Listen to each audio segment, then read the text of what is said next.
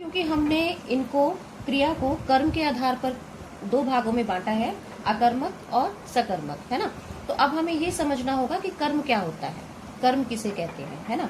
तो यहाँ पे हम कर्म की भी डेफिनेशन लिखेंगे। कर्म की, देखिए इसको हम ऐसे समझते हैं, कर्ता की क्रिया का प्रभाव या फल जिस पर पड़ता है उसे कर्म कहते हैं, है ना। कर्ता की क्रिया का, अब इसे एक उदाहरण के द्वारा समझ लो पहले बेटा। ये टॉपिक जब क्लियर होगा तभी आप अकर्मक और सकर्मक क्रिया को समझ पाओगे। इसीलिए मैं आपको बीच में कर्म बता रही हूँ, क्योंकि कर्म के आधार पर ही हमने क्रिया को दो भागों में बांटा है। आप देखिए कैसे। सपोज उदाहरण है, राम ने रावण को मारा, है ना। ये एग्जाम्पल आपका लिखा हुआ है। अब देखिए यहाँ पे कर्ता कौन है। कर्ता वो होता है जो किसी भी कार्य को करता है ना। कार्य को करने वाला, है ना, क्रिया को करने वाला, वो क्या कहलाता है, कर्ता कहलाता है। यहाँ पे राम जो है वो कर्ता है ना। और राम ने मारा, मारने की क्रिया की है ना। किसको मारा है, रावण को। तो रावण यहाँ पर हमारा कर्म हो जाएगा। रावण क्या हो जाएगा, कर्म। क्यों, क्योंकि कर्ता की क्रिया, कर्ता यानी राम, राम की क्रिया यानी मारना, कर्ता की क्रिया का, मारना का फल जो है, इफेक्ट जो है वो किस पर पड़ रहा है, रावण पर पड़ रहा है। क्यों, क्योंकि रावण को मारा। किसको मारा, रावण को मारा। तो यहाँ पे रावण जो है वो कर्म है। अगर एक और एग्जाम्पल हम इसका लेते हैं कि जैसे बच्चा पुस्तक पढ़ता है, बच्चा पुस्तक पढ़ता है, ठीक है। अब इस वाक्य में देखें आप, बच्चा क्या है, कर्ता। क्यों, क्योंकि पुस्तक कौन पढ़ रहा है, क्रिया कौन कर रहा है, पढ़ने की क्रिया वो बच्चा कर रहा है। तो बच्चा यहाँ पे क्या हो जाएगा, कर्ता है। कर्ता की क्रिया यानी पढ़ना, पढ़ने का इफेक्ट किस पर पड़ रहा है, पुस्तक पर, है ना। तो उसी तरह से यहाँ पर पुस्तक जो है वो कर्म होगा। यानी जिन वाक्यों में, अब मैं आपको समझाती हूँ अकर्मक और सकर्मक क्रिया को, है ना। चलिए बच्चों, अब कर्म समझने के बाद हम समझते हैं अकर्मक और सकर्मक क्रियाएं। पहला हमारे यहाँ पे आ रही है अकर्मक क्रिया। अकर्मक क्रिया जैसे कि इसके नाम से ही स्पष्ट है, अकर्मक यानी कर्म के बिना। इस क्रिया में क्या है, ये कर्म के बिना होती है, इसमें कर्म नहीं होता, कर्म के बिना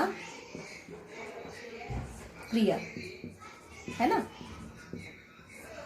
दूसरा यहाँ पे है सकर्मक क्रिया, है ना। सकर्मक में स यानी कर्म के साथ, है ना, के साथ। यहाँ पर आएगा कर्म के साथ, कर्म के साथ क्रिया, ठीक है। अब देखिए एग्जाम्पल हम समझते हैं कि अकर्मक और सकर्मक कर्म के बिना और कर्म के साथ किस प्रकार से है। अब देखो एक वाक्य देखते हैं हम यहाँ पे। जैसे विशाल, अकर्मक क्रिया में देखते हैं पहले, विशाल सो रहा है, विशाल सो रहा है, ठीक है। इस वाक्य में विशाल क्या है, कर्ता है, और वो कौन सी क्रिया कर रहा है, सोने की क्रिया, है ना। तो विशाल कर्ता, कर्ता की क्रिया का फल किस पर पड़ रहा है, यहाँ पर कोई कर्म तो नहीं है ना। तो कर्ता की क्रिया का फल, सोने का फल किस पर पड़ रहा है, स्वयं विशाल पर। तो ये अकर्मक क्रिया वाला वाक्य कहलाएगा। क्यों, जब कर्ता की क्रिया का फल स्वयं कर्ता पर ही पड़ता है तब वो अकर्मक क्रिया कहलाती है। क्यों, क्योंकि इसमें कर्म नहीं होता है। दूसरी तरफ हम समझते हैं एक और उदाहरण इस तरह से कर्म के साथ, है ना, कि सकर्मक क्रिया में किस तरह से हम इसको समझेंगे। अब जैसे हमने बताया है कि बच्चा जूस पीता है, बच्चा जूस पीता है।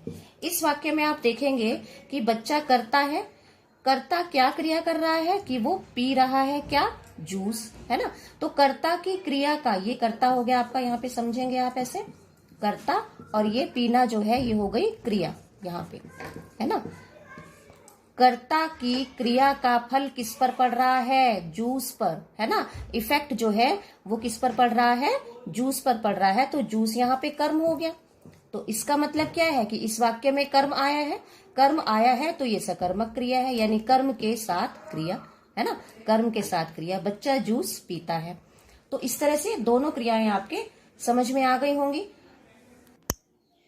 बेटा कर्म के आधार पर हमने क्रिया के भेद जाने हैं। अब हम समझते हैं कि रचना के आधार पर क्रिया के कितने भेद होते हैं, है ना। रचना के आधार पर, तो हम लिखेंगे यहाँ पे रचना के आधार पर क्रिया के कितने भेद होते हैं? 5 भेद होते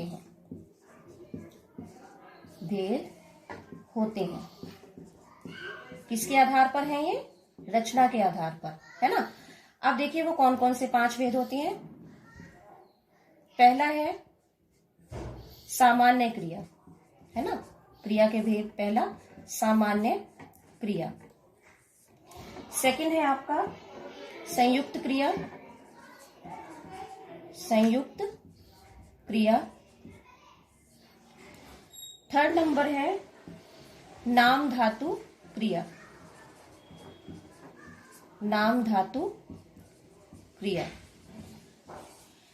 and the fourth one is प्रेरणार्थक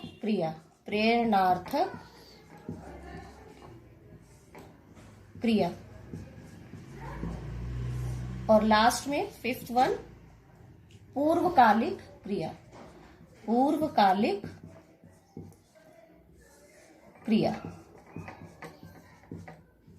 clear?